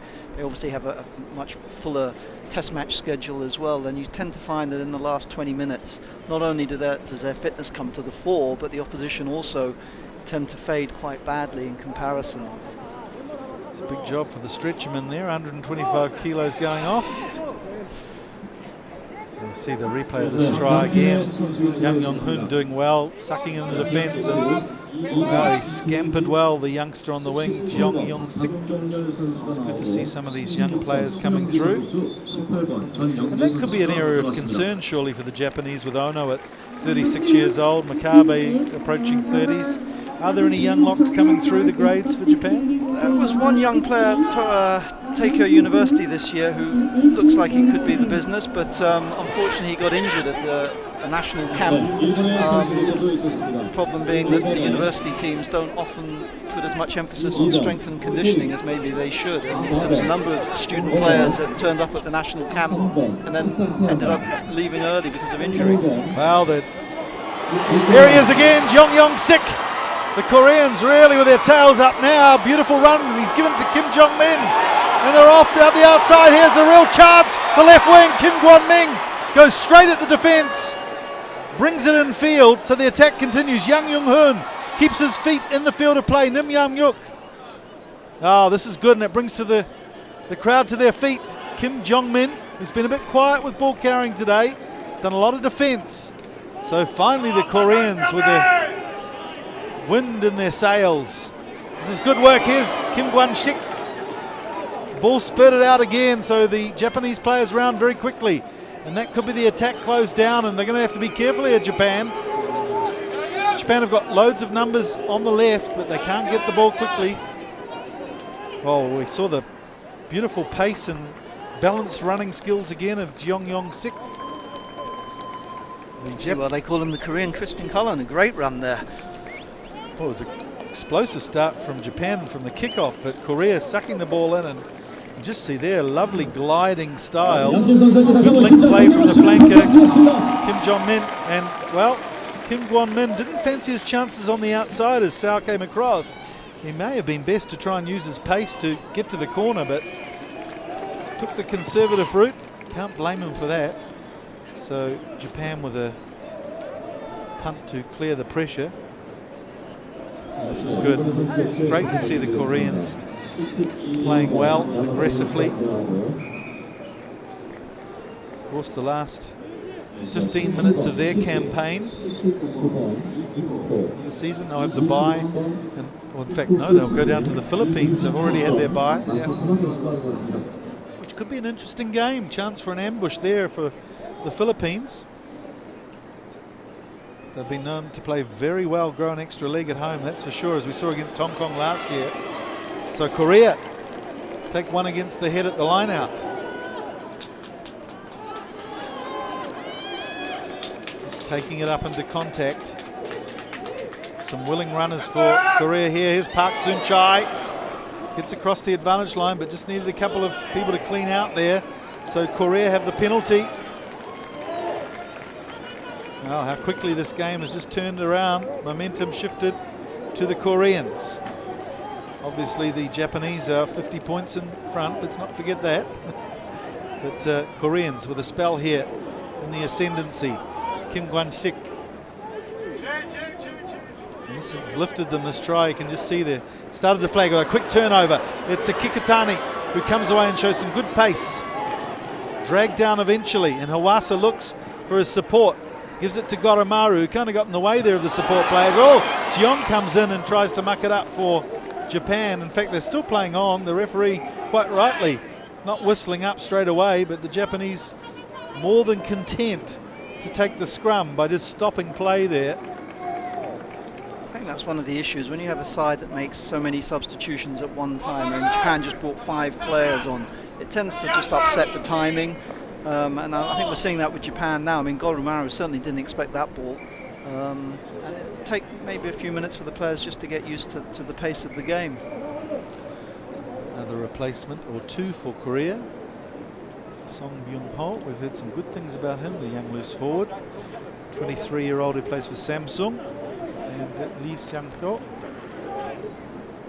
stockier member of the team, coming on to replace Kim Ho-bam and Kim Hyun-soo, and Kim Jong-min in fact. Open side flanker, ex-captain. So a very young pack on here for Korea. Average age now probably of about 23, 24. And some pretty young backs of Japan as well. There's 3 players out there yet to play top league rugby, Fujita, Nakamura and Matsushima. So youth is obviously taking over. And Matsushima, the wing, has positioned himself at first receiver here. It'll be interesting to see what move they've concocted.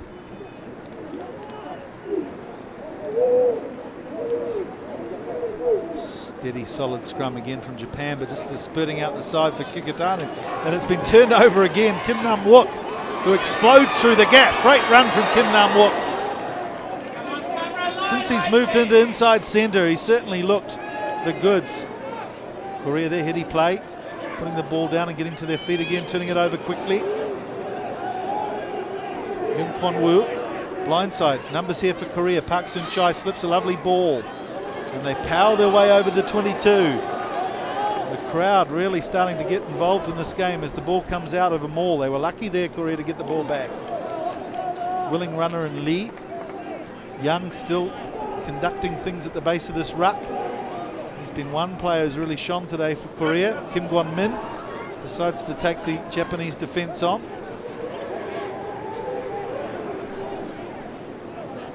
Slow though for Korea. And it's Lee Sang-hyo. Good pressure there from Leach. Slowing the ball down. It's very static here for Korea.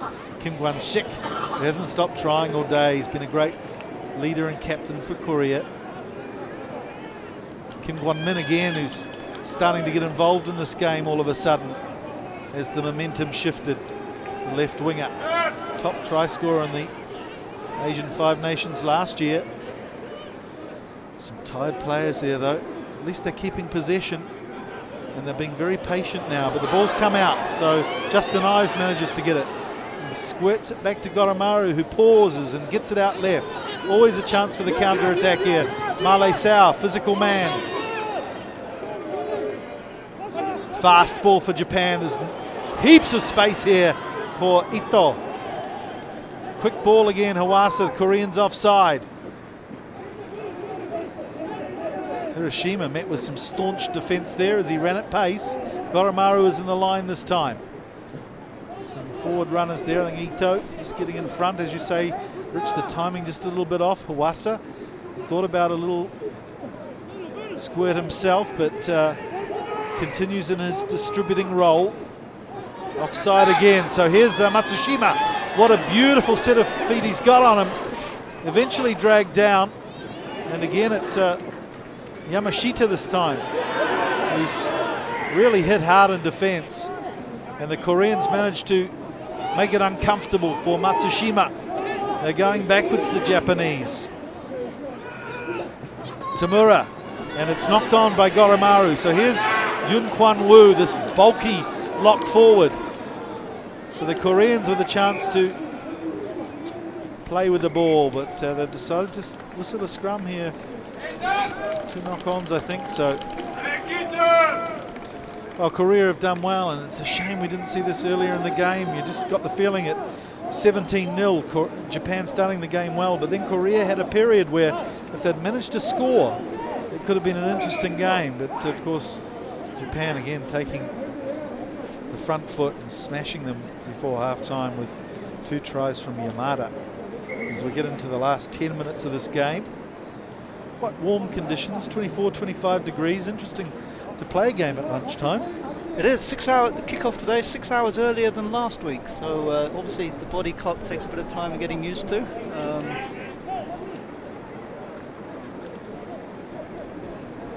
But it is reminiscent of the game 6 years ago, where obviously the Koreans had a strong second half then. They've still got the same scoreboard showing the second half score, so they'll be trying maybe to just add to that to look like they've won a half. So the veteran's off.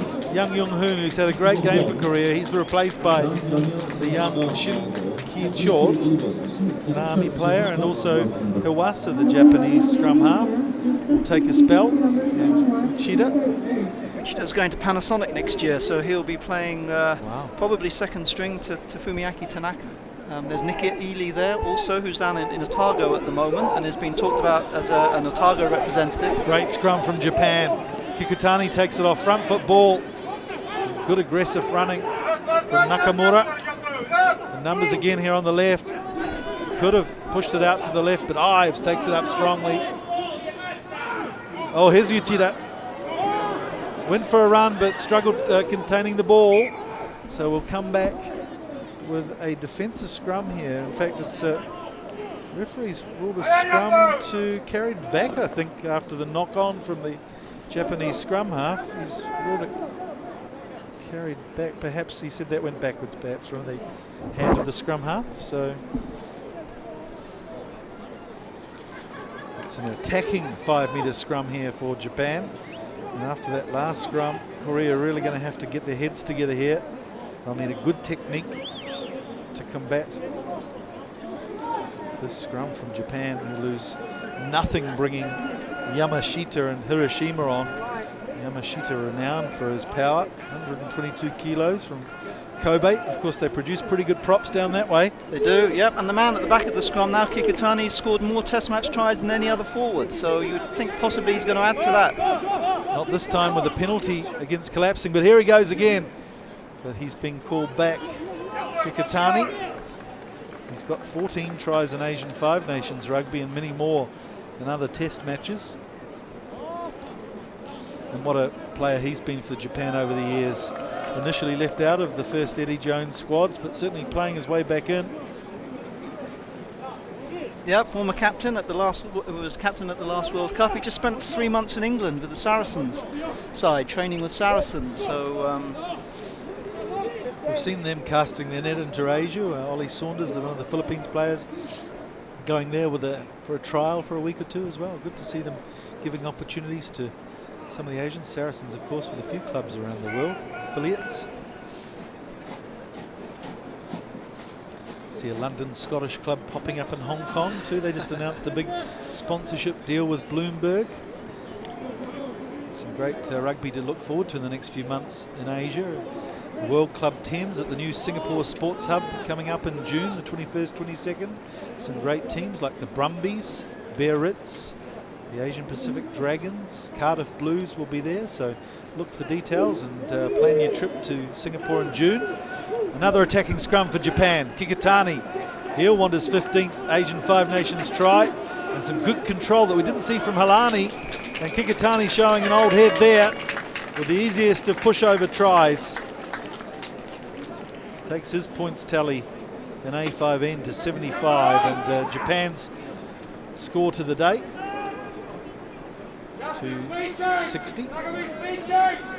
And if you can't make it to Singapore for the 10s that same weekend, Japan are hosting Italy in Tokyo.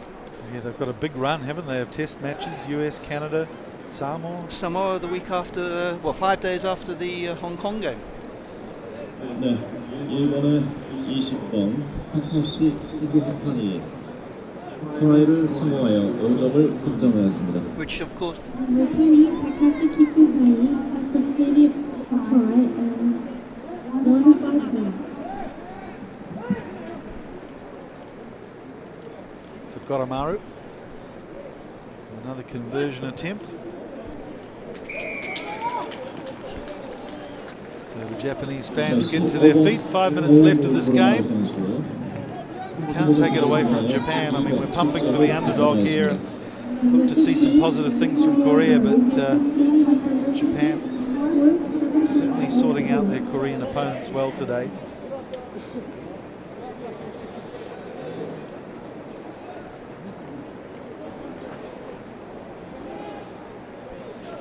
우리 혼신의 힘을 다해 싸우고 있는 대한민국 선수들에게 힘찬 격려 박수 부탁드리겠습니다.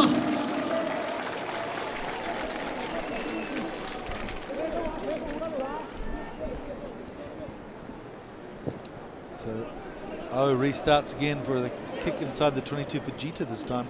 He's been a little quieter in the second half, it has to be said, after a stellar performance, coruscating in the first half. Tamura to Leach, dummies. Powerful man and gets to ground eventually. Oh, flat ball. It's met well in resistance to Korea, so they have a penalty here. Japan going over the top at ruck time. Shin Ki-chul looks for advice from the skipper. Looks like they may take the shot here, put 3 points on the board. Oh, Yun-hyun has not had the success he's used to today. In fact, they're going to go for touch. Good on them. had the interesting situation last week with Sri Lanka game where Sri Lanka were over 100 points down and opted to go for goal just so they could get some points on the board. So here's Korea's chance with an attacking line out. Love to see them get it out into the backs. They're centre pairing now. A lot more balance than the starters with Kim Nam-wook and Jang Seung-min forming a great pairing. Interesting, going to the front here. We see that Korean line-out throwing style. Almost like a netball pass there from Son. This time they go wide. Fast hands too from Yoon Kwon-woo. Here's Jeong. We're just talking about a very strong man.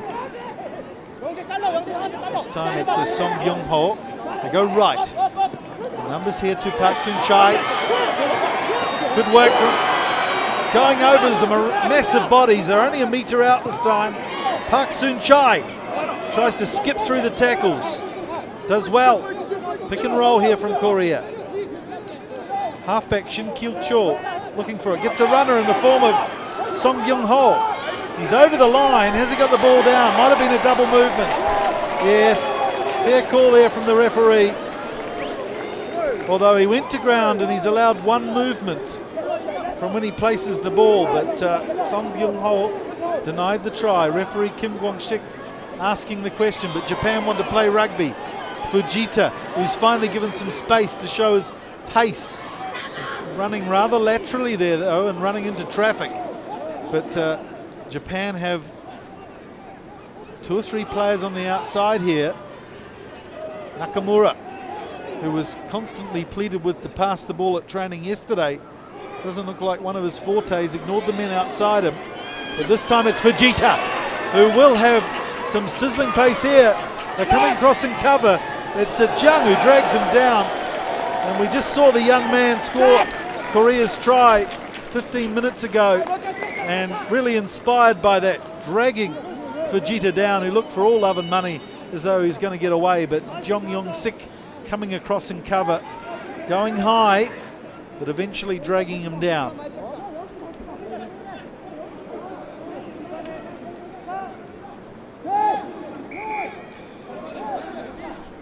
Interesting that attempted try there from Korea, because he went down on the ground. Surely he's allowed one more attempt. I think it has to be momentum. It has to be momentum that takes him over, and I think it was quite clearly he put the ball down first and then looked up and tried to have another go at it. I think Mr. Lothian was right there. He was certainly on the spot. Training. That's one area I think Fujita does have to work on, is his explosive pace. He's a very elusive runner, and he's played quite a bit of sevens this year with the Japan team, but you would think an international wing would have possibly a bit more explosive pace and be able to finish off a move like that. And again, that goes back to some of the training that he does at Waseda University, which seems to be more the type of training a long distance runner would be doing rather than a sprinter. So defensive line out here for Korea. They'll be under a lot of pressure. Ives trying to get up in the air to combat this line out. Bit of confusion there as referee whistles play on. Goes to the front. It's met by Hiroshima, the Korean player. Oh, beautiful ball into space here. Goes to kick. Thinks better of it. And some fast ball here for Korea. Park Soon-chai. Oh, good run from Park Soon-chai. He may have had that sin binning, but he's certainly been one of the dominant players as Oh Young goes through again. Going high, the defenders, Nakamura. And he holds on to the ball, so Korea again come away quickly. Here's Park Soon-chai again, who's certainly come into his own in the second half. The strapping flanker. Lee Seung-ho. They'll go right here surely. The referee pleading with the scrum half there, Shin, believing that the Koreans were holding on to the ball at the ruck. The chance for Japan with time on the board to probably just kick this to touch. I think this will be the last move of the game. Will Japan want to tap and run, or will they just go for a solid pump to touch through Goromaru here? So we'll play the line out by the looks. So Japan with another chance to finish this game with a flourish. 62 points to 5. We've seen some intense rugby today. Some great skills from people like Michael Leach in midfield. Fujita in the first half, the winger popping up in midfield, and Yamada, of course, with his 4 tries, the left winger. And here's Male Sao, who always looks dangerous and powerful. Tamura to Goromaru, who slips through the defence too quite nicely there, but good work in the tackle from Korea. Here's Kim Gwon-sik, who has played himself to a standstill, the prop. The Koreans really have been brave today. Not the skills and the strength perhaps of the Japanese now, but certainly heart and determination. Quick turnover. Goromaru, they're calling for the ball outside. It's Male Sao who gives the ball a juggle. Tries to get round the outside. Nakamura in support. Fujita there as well, off his right wing. They'll need to get this out quickly. Korea have done very well defensively here. Slowed the ball down nicely. Here's Michael Leach. Good work from the captain, really gets him go forward. Makabe, he started, he won't finish it. Gets to Hiroshima. Ball gets kicked and into the dead ball line from Oh Young-kyung. And that will be the last flourish of the game, illustrating Japan's dominance, as Korea can do nothing but punt the ball into the dead ball zone. They've been under pressure, under cosh today. And the Japanese, do you think they'll be happy with that performance? I think they're happy with the win. It puts them, it's another bonus point win. It puts them top of the standings now. Obviously all to play for next week. To be honest, the second half, 2 early tries, you thought that Japan would then really run away with it, so I think they might be a little bit disappointed with the fact that the timing, once the substitutions came off, really did go off the boil. But fair credit to the Koreans, they carried on playing and took the game back to Japan. Yeah, of course, it was 34-0 at half-time, so the Koreans certainly staunched the damage with the final score at 62 points to 5. Japan, well, as you say, they go to the top of the table and they have the prospect of going home next week and playing Hong Kong for the right automatic inclusion in next year's Rugby World Cup. So Hong Kong will be thinking now have their say as well next week in Tokyo. Their chance to, of course, go through as well. That would be one big shock in World Rugby, but they're in with a chance, that's for sure. And the brave Koreans there, they'll bow to the crowd as the Japanese do their post-chat. And they have been brave, the Koreans, today. They've tried their hardest against the superior resources of the Japanese squad. But some good performances from Korea. And we saw the old heads. We saw Young Yoon Hyun and Park Soon Chai leading from the front. The skipper Kim Won Sik as well. Really in the contact area doing a great job.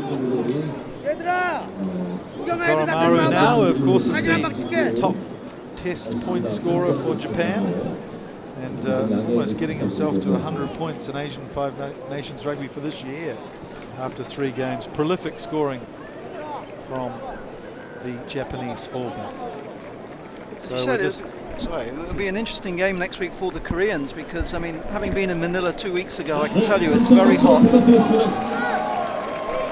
And it will be a tough game for them because the Philippines will be looking to finish on a high, and the Koreans obviously struggling a little bit with injuries, so it'll be a tough call for them. Yeah, no, it's always hard to go to the Philippines and take on the rabid Philippines fans as well as the passionate players.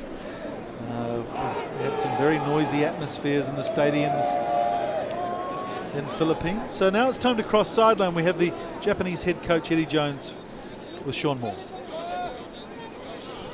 So Eddie, well done on the win today. You must be pleased with that. Happy with the performance? We ground it out. We weren't really sharp today, but yeah, there was some good bits and pieces there.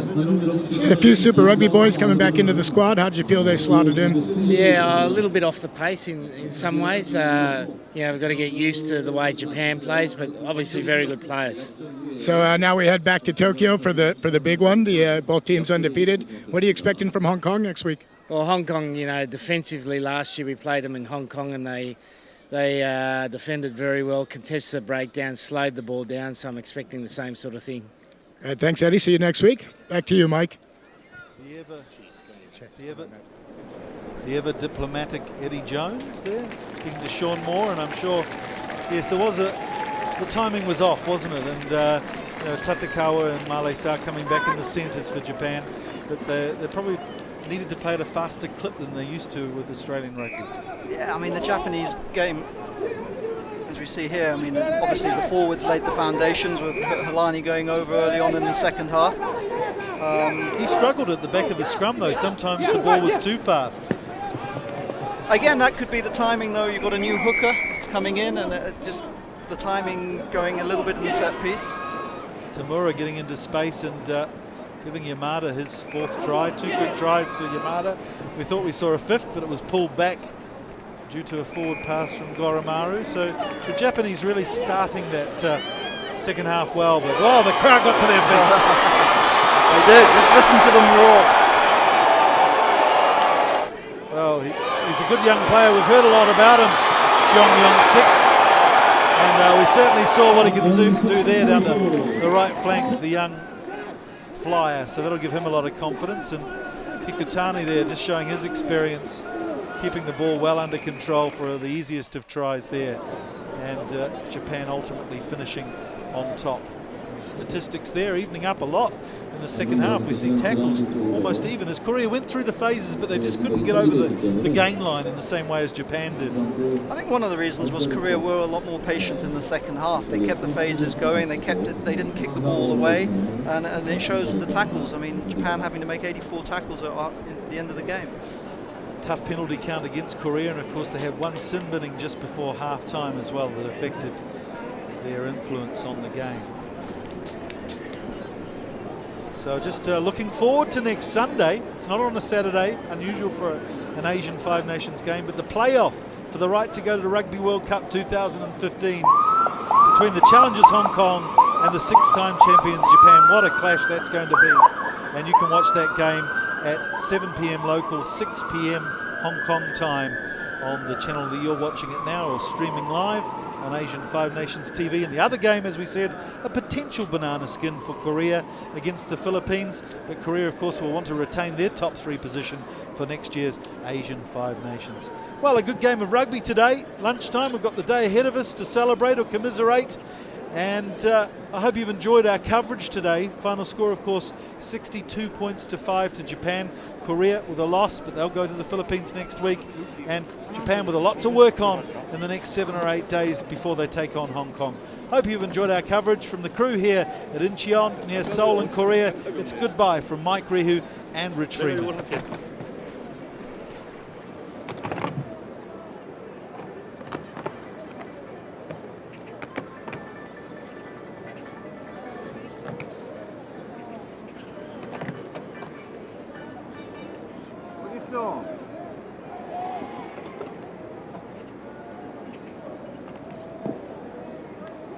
안 먹어?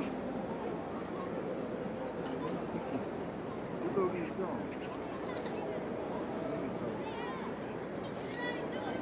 아, 여기네. 여기. 반대쪽에 봐봐. 보여? 너 보이는데 내가? 대각선으로 와. 들어와 이제. 대각선에 있어. 보여?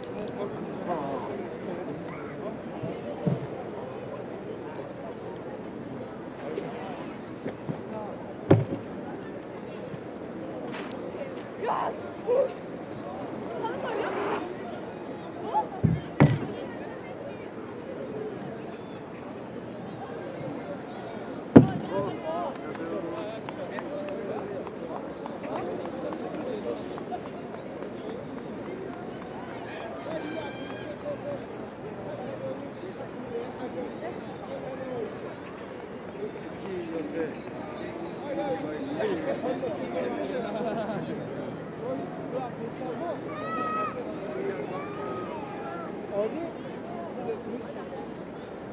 그 저쪽 뒤쪽에? 난 글쎄 모임이 어디에서 있는 거야?